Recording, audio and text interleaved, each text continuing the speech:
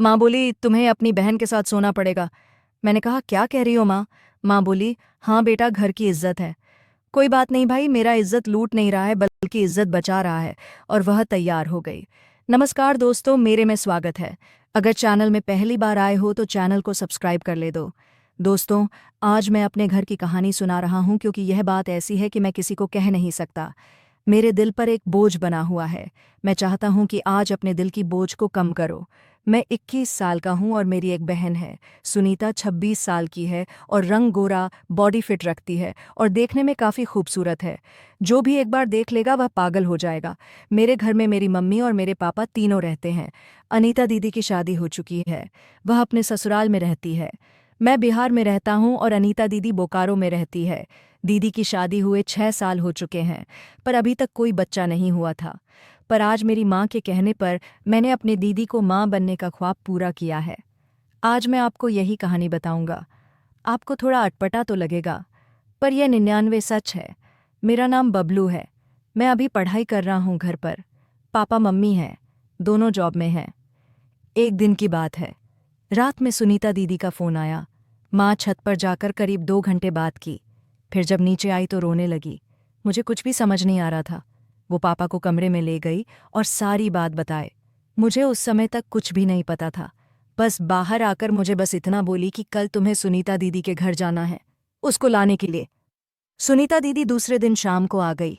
सुनीता दीदी जब कुंवारी थी और सच पूछिए कि जब वो जवान हो रही थी तब मुझे उनको छूने का मन करता था। मैं कई बार उनको देखा जब वह कपड़े चेंज कर रही होती थी, तब मैं किसी न किसी बहाने कमरे में ज़रूर जाता। जब कभी दरवाज़ा खुल होता था, क्योंकि मेरी दीदी बहुत ही खूबसूरत, इतनी अच्छी है कि कोई भी आदमी देखेगा तो मेरी दीदी को पसंद करेगा। मैं भी करीब 6 साल तक उनके बारे में सोचकर मैंने एक सतबा सत मारा था। मुझे उनके साथ प्यार करने का मन करता था। कई बार तो सोचा कि बोल दूं, पर मुझे बहुत डर लगता था। कहीं वह माँ को बता दे तो क्या होगा। यह अरमान तो अरमान ही रह गए थे। रात को जब वह सो जाती थी तो कभी कभी उनके छू लेता। तो कहने का मतलब है कि मैं पहले से ही अपने बहन का आशिक था, पर कुछ कर नहीं पाया था। जब 3-4 दिन हो गया तो मैंने पूछा कि माँ दीदी को क्यों बुलाए हो। वह भी इतनी जल्दीबाजी में, तो माँ कहने लगी कि उसका तुम्हारे जीजा के साथ लड़ाई हो रही थी आजकल, इसलिए मैंने सोचा कि चलो, उसका दिल बहल जाएगा। फिर कुछ दिन के बाद एक दिन माँ मुझे पार्क में ले गई और बोली, देख बेटा, पापा आज नहीं है, इसलिए तुमसे एक बात कह रही हूँ। ये घर की इज्जत है, घर में ही रखना। इस काम में पापा को कुछ भी पता नहीं चलनी चाहिए।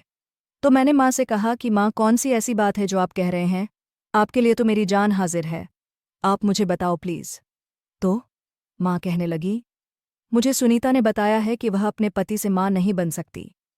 दिक्कत उसके पति में है, पर इस बात को उसके ससुराल वाले नहीं मान रहे हैं। कहते हैं, दिव में है तू, अगर चाहता है कि तेरी माँ और तेरी बहन अगर खुश रहे तो तुम्हें एक काम करना पड़ेगा। मैंने कहा, मैं क्या कर सकता हूँ? जब दिक्कत उसके पति में है तो उसका इलाज करवाना चाहिए। तो माँ बोली, वो इलाज नहीं करवाना चाहता है, वैसे वह श्रीराम वह तेरी बहन की सौतन लाना चाहता है। तो मैंने कहा, माँ, हो सकता है दिक्कत दीदी में हो सकती है। तो माँ बोली, दीदी में कोई दिक्कत नहीं है। मैंने कहा, आपको कैसे पता? तो माँ बोली, मुझे पता है। मैंने कहा, कैसे? तो माँ बोली, मैंने इसका एक बार अबॉर्शन करवा चुकी हूँ।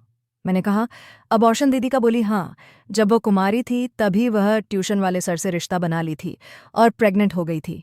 मैं तो सन्न रह गया।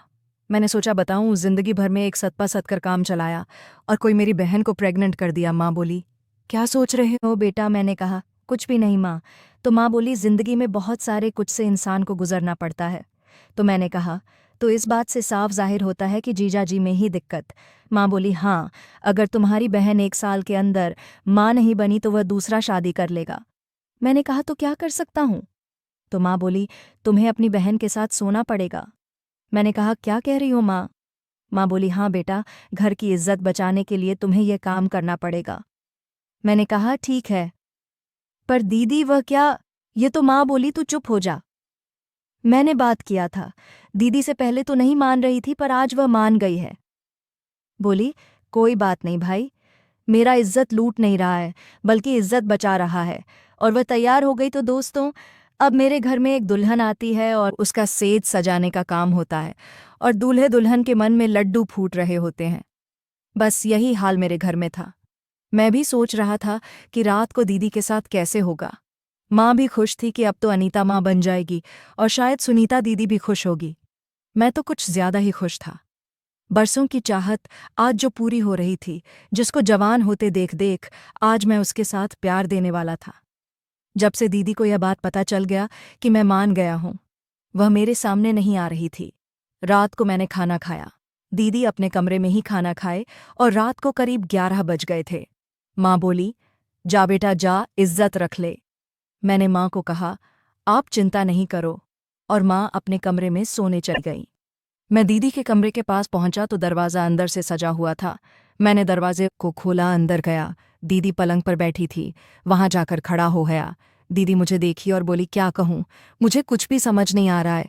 क्या सही है क्या गलत है, मैं खुद सोच नहीं पा रही हूँ। पर इतना तो पता है कि अगर तुमने हेल्प नहीं किया तो मेरी जिंदगी बर्बाद हो जाएगी। मैंने कहा, दीदी आप चिंता नहीं करो, आप खुश रहो है। और मैं पलंग पर बैठ गया और अपना हाथ दीदी की पीठ पर रखा। वह गजब की लग रही थी। वह नज़र झुका ली। मैंने उनके फेस को उठाया। वह शांत रही और मैं भी शांत ही रहा। कुछ भी जल्दबाजी नहीं करनी थी, पर किसी को जल्दीबाजी थी, वह था मुझे। फिर मैंने दीदी को अपने बाहों में भर लिया। और तो आप लोग जानते हो कि क्या करना है। मैं उठा और दरवाज़ा बंद कर दिया और दीदी को माँ बनाने में लग गए। आज मेरा सपना भी पूरा हो रहा है। इस तरह रात में कई बार हुआ। फिर हम सब सो गए। सुबह जब हुई, माँ मुझे मिली, पूछी कैसा रहा। तभी सुनीता दीदी भी आ गई थी। मैंने कहा, मुझसे क्या पूछती हो, आप इन्हीं से पूछ लो।